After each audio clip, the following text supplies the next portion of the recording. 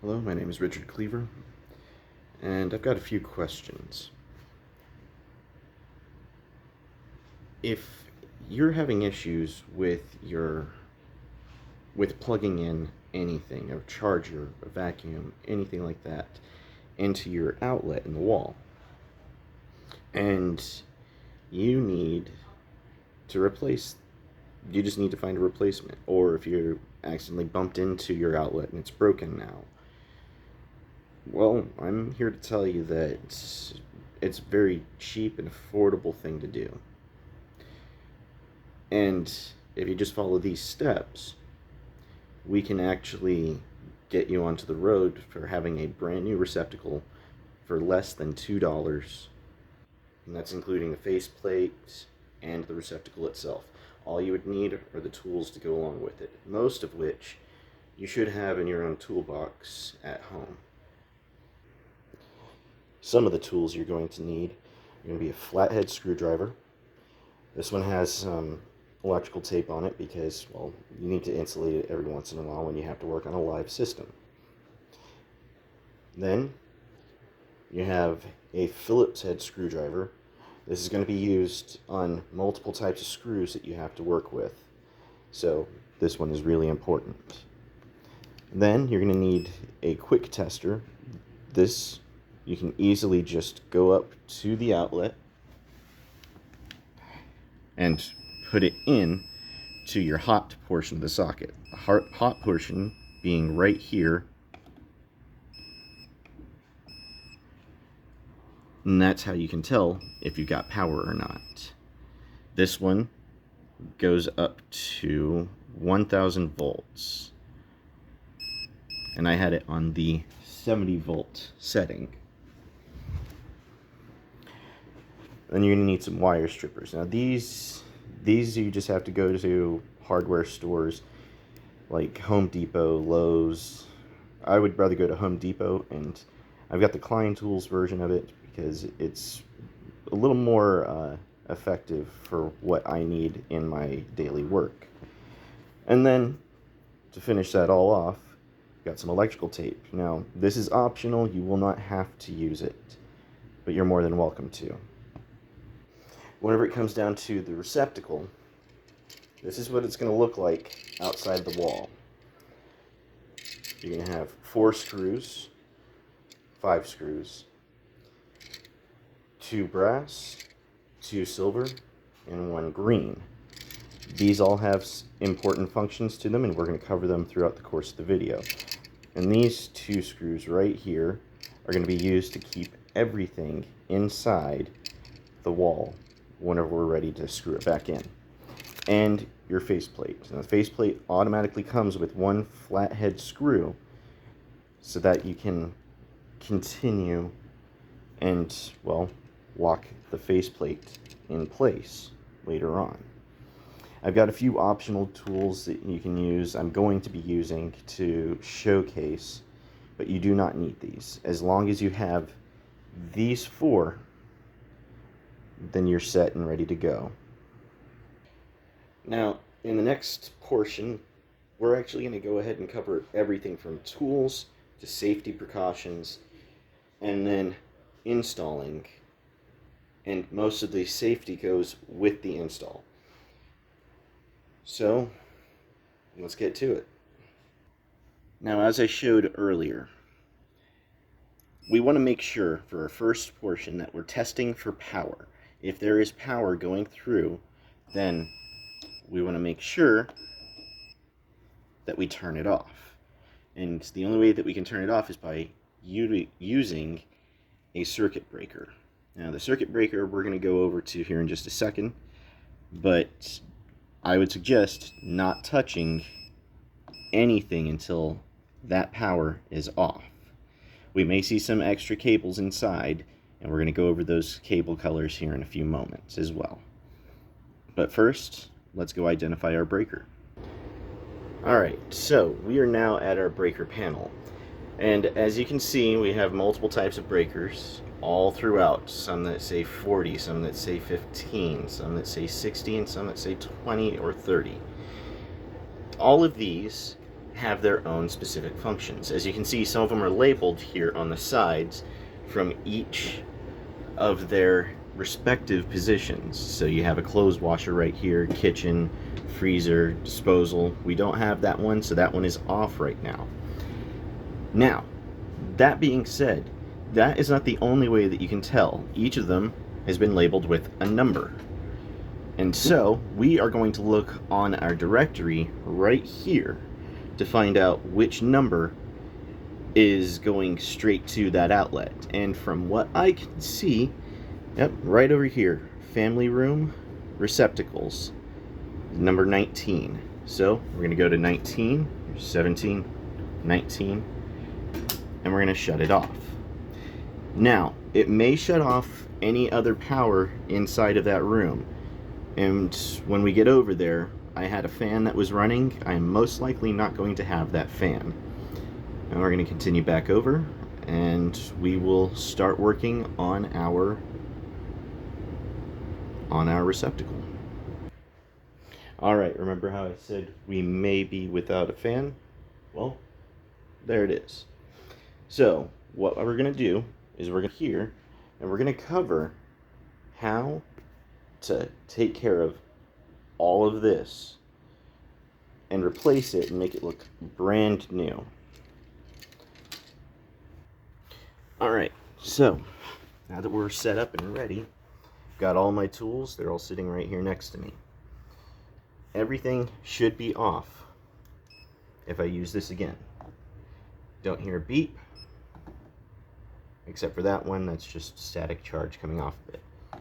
But if you don't hear a beep coming out, then it's turned off. So, we're going to go ahead and get started. This process is very quick whenever you do it, but whenever you're explaining it, it's not as quick. All you're going to do is you're going to remove the faceplate. As you can see, this has been here since they painted it. And that could be anywhere between 30 years, 40 years ago. But this one's 30, because I believe this house in this subdivision was built in 91. So, we're going to go ahead and start taking certain things out. For expediency's sake, I'm using a screwdriver, or at least an impact.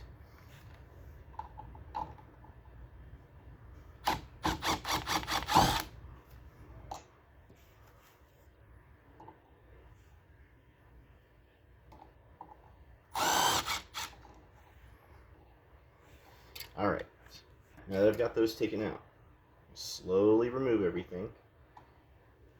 Now, as we go through this, I'm going to go over here and we're going to switch around. And you're going to see two sides set up over here. And it looks like they've got power going into and out of this switch. And we may not even have to use our screws because the back has another way to do this. So, what I'm going to do is I'm going to teach you what each of these colors means. Black is going to be your hot. This is going to be where all the power is coming in from. Now in AC, you're going to have a hot and a return. Return is going to be your white or your neutral. So there's going to be different colors that go along with that. And then for the last wire, as you can see, it's on a green screw. That's going to be your ground. Ground can be green, it can be bare, but it cannot be any of these other colors. So we are going to slowly, or we're going to just take everything off, and then we're going to replace this piece right here. Now we know the power is off, so I'm not going to get shocked. Just kidding. We're not going to get shocked whenever I actually touch any part of this, even if I touch the screws where everything is attached. And, with any luck, I should be able to just pull the wires out. Because it's attached through the back,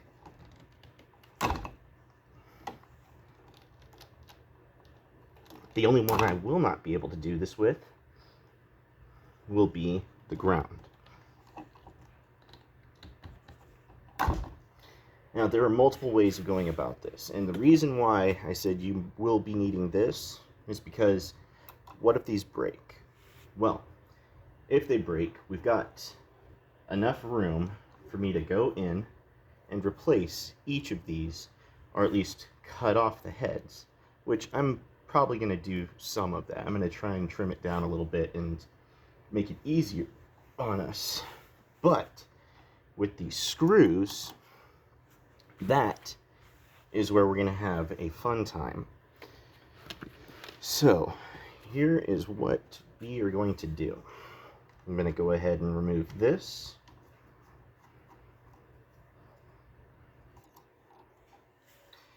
Now,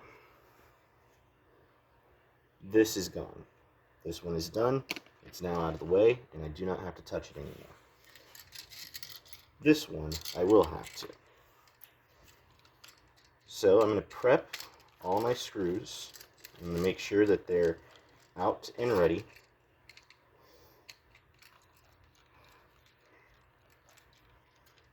Alright. Now, you always want to remove your hots first. That's what I did before I did anything else.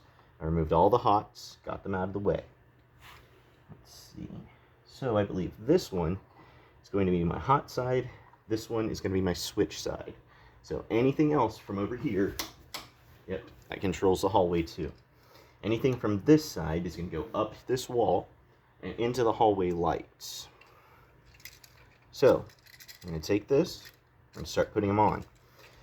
And I'm going to do it by hooking them into these screws right here, rather than doing this. So these are a little worn, a little dirty. And I could probably do that right here, right now.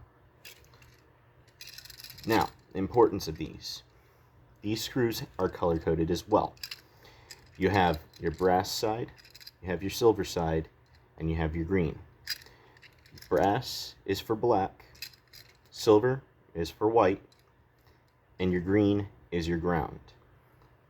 Ground is basically a protection for in case of this short circuits in any point, and that's any part of this inside of the device. If the device short circuits, then at least this right here will protect the rest of the system and the rest of the path going back. It just makes it easier for the breaker to trip rather than anything else. Since we have our breaker taken off, what we're going to do is we're going to go ahead and start hooking these wires up. I'm going to start with my ground. Now, if you want to keep any of your screws from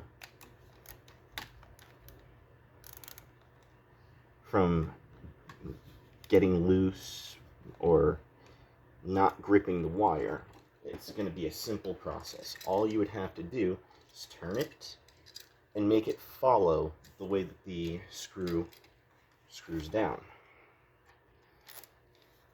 So, lefty-loosey, righty-tighty. It's now in place, and it's not going to go anywhere. Still holding. Alright. So I'm going to do the same thing with each of these. And what I'll do, I'm going to take my wire stripper. You see these holes that are here on the top, right? Each of them says something along the lines of AWG, which is the gauge for these, and it'll say solid or stranded. And you're going to want to use, since these are solid, you're going to want to use the solid side. And you're just going to take it, put it in, and curl it around the smallest part of your wire strippers. We'll get you a little bit closer so you can see what I just did. So, right here, and then we're going to turn in this direction. Always turn to where it hooks over this side, over your top portion, and then you're good. So I'm going to reset that, make it look a little bit prettier before I do anything else to this wire. Now, if you happen to break these, just as long as you do not go past this section right here, as you can see, it goes out. It's probably about 1 foot 2 inches outside of the wall. You do not want to go past this right here, because this just makes it harder to work on it in future cases. Don't over trim your wires. If there's damage, only trim at the damaged portion. Right now, these are looking very good, so we do not have to worry about any kind of damage whatsoever on any of these. So let's go ahead and finish up these.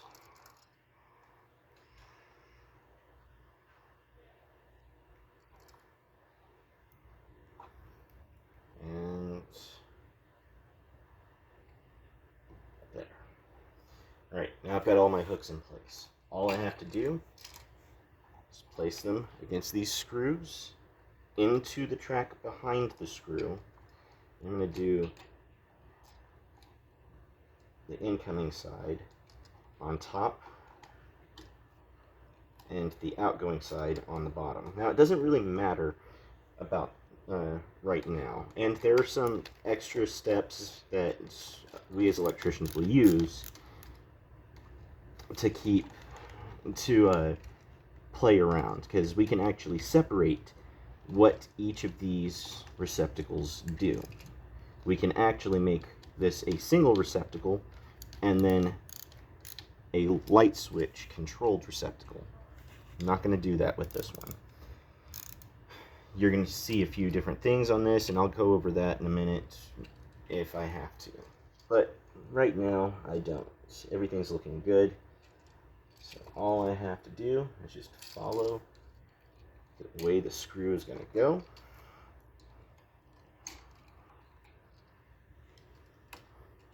Alright.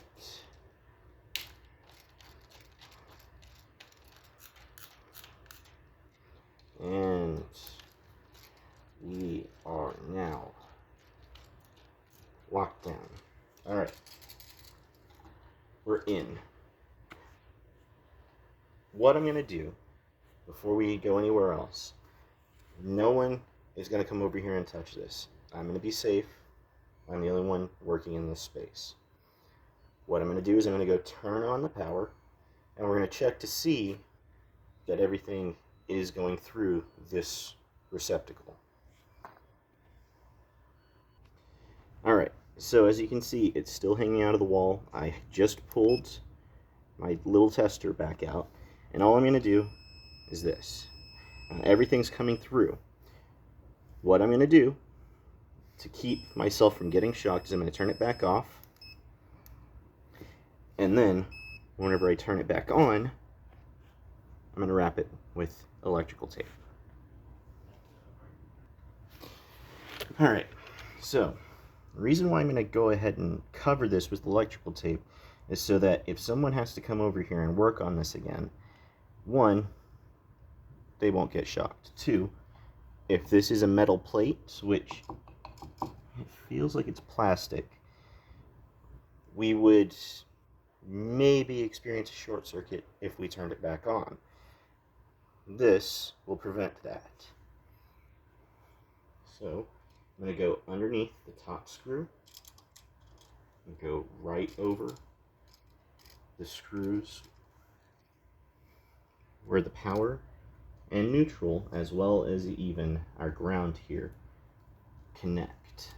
And I'm going to go back around again. I'm going to cover any metal that isn't a screw that we're going to be using for the wall. Alright, and right there.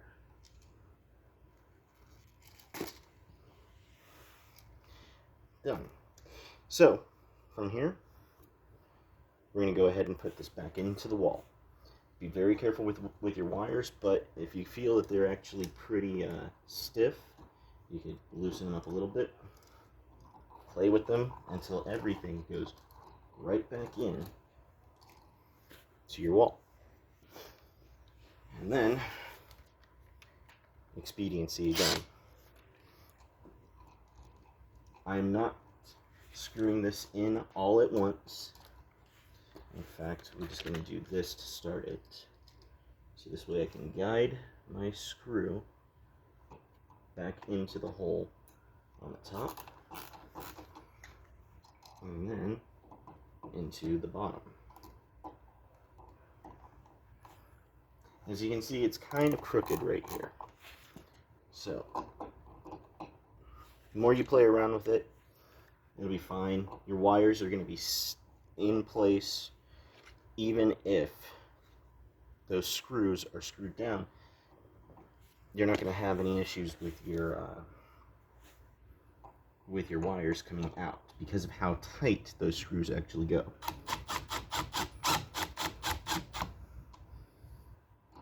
And I may pull back on that a little bit. There we go. One more there.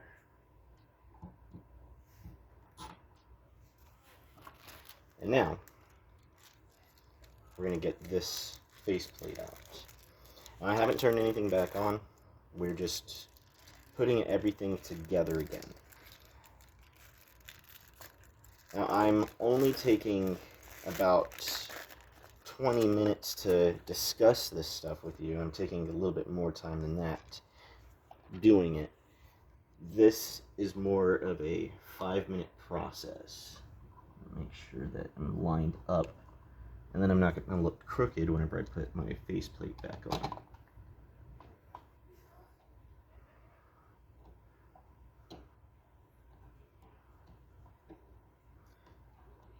Alright, so now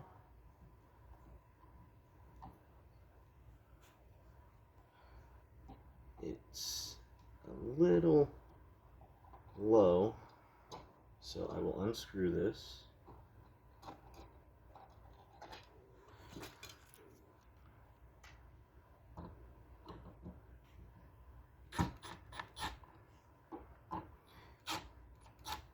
There we go. And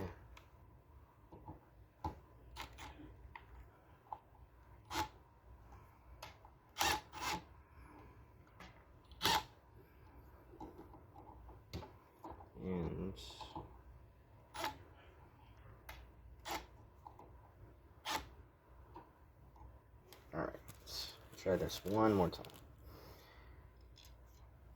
You try to make everything look pretty as much as you can, because who in their house wants to have an ugly looking receptacle? I know I wouldn't. So, put this back in.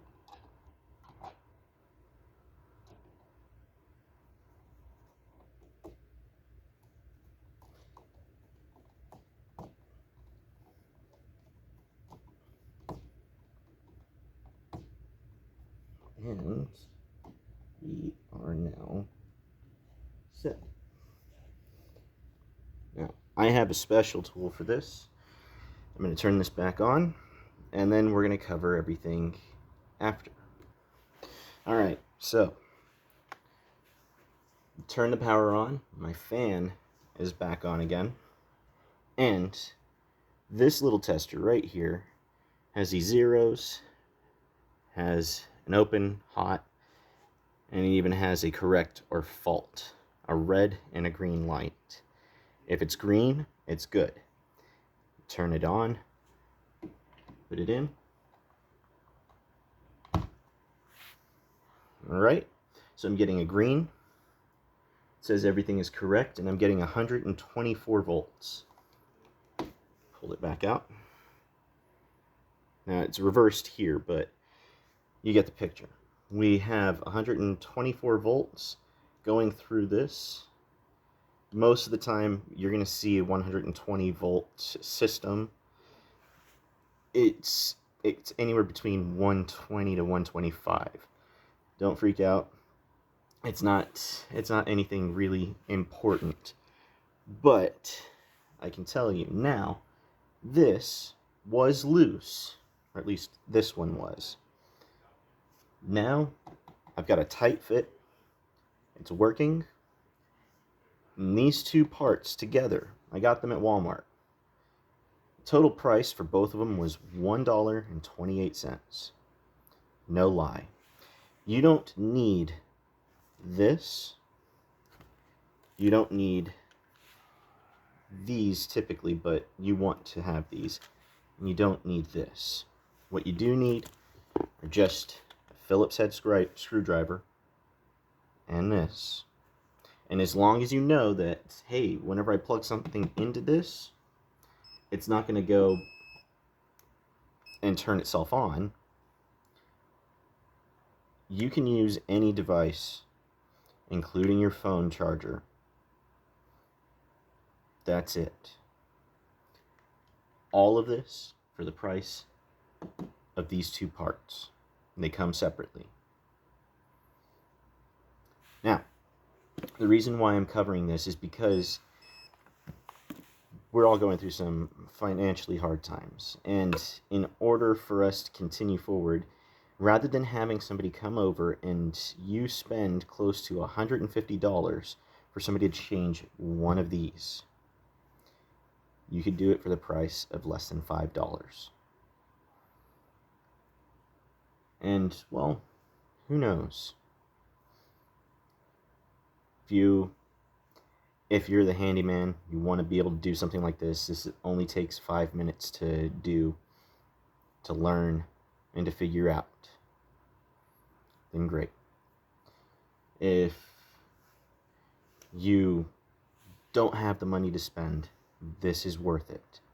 Now, we covered everything base-wise of what to do in order to turn this into, change this from a receptacle that is not working to one that is. First, we went through, turned off our power. Second, we made sure the power was off. And, well, I mean, I had a visible sign, so I didn't really have to know. However, this was useful. This is something that you can get for like $20 at Home Depot. Same as this one, but that's neither here nor there. We pulled this out. We pulled the wires out of the back of it. We replaced the wires into the new one, starting with the ground. Ground could be anywhere between green or a bare wire. Neutral, which is a white wire, and your hot, which is a black or a red wire. Black or red is hot. And that's to the American wiring color diagrams, at least. So if you see a red wire, don't freak out, that's a hot. If not, it's just a switch being used as a hot. Or vice versa. It depends on the person and if they have the wire to do so. That's what I've seen and done myself. Whenever I needed to, if I needed spare wire, I did that. But to conclude on all of this, if you guys ever find that you're in a bind and you need to replace something, you do not have to call an electrician for it. We appreciate it if you do, because we need the work too. But we can also do other things. This is something you can do easy.